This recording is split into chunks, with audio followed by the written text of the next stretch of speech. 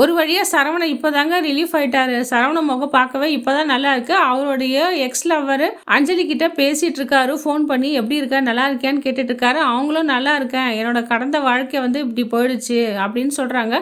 நம்ம சரவணன் கேட்கறேன்னு தப்பா நினைக்காத, நீயும் புருஷனும் சந்தோஷமா இருக்கீங்களான்னு கேட்கிறாரு. அது ஏன் கேட்கிறேன், எங்க 2 பேருக்கும் டிவோர்ஸ் ஆயிடுச்சு. மனதாலும் உடம்பாலும் நான் ரொம்ப துன்புறுத்தப்பட்டேன் அவரால். அவரும் ஃபாரின் போயிட்டாரு. எனக்கு சீக்கிரமே டிவோர்ஸ் கிடைச்சிது. இப்போதான் நான் நிம்மதியா இருக்கேன்னு சொல்லிட்டு தன்னோட வேதனையை சரவணகிட்ட சொல்லிட்டு இருக்காங்க. சரவணோட ஒய்ஃபை பற்றி கேட்குறாங்க அஞ்சலி. அவங்க அம்மா வீட்டுக்கு போயிருக்காங்கன்ற மட்டும் தான் சொல்லியிருக்காரு.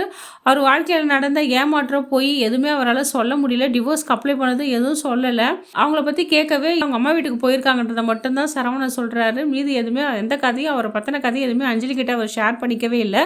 ஒரு பக்கம் பாக்கியா வந்து தம் பொண்ணு மயிலுக்கிட்ட சொல்லிட்டு இருக்கா, இன்னைக்கு ஹியரிங் போகிறோம், ஒழுங்காக ஜட்ஜு முன்னாடி வந்து உன் புருஷ கூட தான் வான்னு நீ ஆணித்தரமாக சொல்லணும். அங்கேயே கண்ணை கசிக்கிட்டு என் மூஞ்ச வேற நீ பார்த்துட்டு இருந்து அப்படியே முகர மேலேயே குத்துவோம். அதோடு நீ எங்கன்னா போயிட வேண்டியதான்.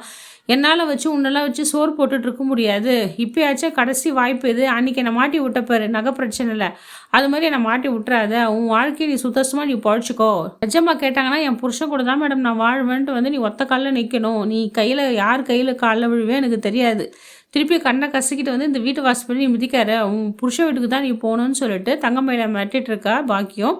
இங்கே நம்ம செந்தில் வந்து குடிச்சிட்டு என்ன பண்ணுறாரு, ஒரே ரகலை பண்ணிட்டு இருக்காரு. தேவையில்லாமல் அப்படியே பேசிட்டு இருக்காரு. பழைய கதையெல்லாம் கலையிட்டு இருக்காரு. மீனா, நான் குடிச்சிட்டு இருக்கேன்னு பார்க்காத, எனக்கு மனசு அவ்வளோ வேதனை இருக்குது தெரியுமா, நீ என்னை எவ்வளோ ஏமாத்திட்ட தெரியுமா, எதுக்கு நீ தேவையில்லாமல் தங்கமயில்கிட்ட நீ பேசுகிற, அவங்க தான் நம்ம குடும்பத்தையே ஸ்டேஷனில் நிற்க வச்சாங்க, கோர்ட் படி ஏற வச்சாங்கல்ல, எவ்வளோ துரோகம் பண்ணியிருக்காங்க குடும்பத்துக்கு, என் அண்ணன் வாழ்க்கையை கெடுத்துட்டாங்க, அவங்ககிட்ட நீ உர வச்சுக்கலாமா, நீ பண்ணது தப்பு தான், நான் எதுவுமே சரியும் சொல்ல மாட்டேன். அரசியும் வந்து குமரவேலும் தனியாக பேசிப்பாங்களே சந்திச்சு, அந்த விஷயம் உனக்கு தெரியும், அதை நீ மறைச்சிட்ட. இந்த குடும்பத்துக்காக நீ எவ்வளோ விஷயம் மறைச்ச தெரியுமா, அது மட்டும் இல்லாமல் அன்னி போட்டு வந்து அம்புட்டு நகையும் கவரிங் அது விஷயத்தையும் நீ மறைச்சிட்ட. பத்தாவதுக்கு கதிராஜ் கல்யாணத்தையும் நீ மறைச்சிட்ட. ஆனால் நியாயம் தான் பக்கம் எல்லாமே நியாயம் மாதிரி நீ பேசுவ.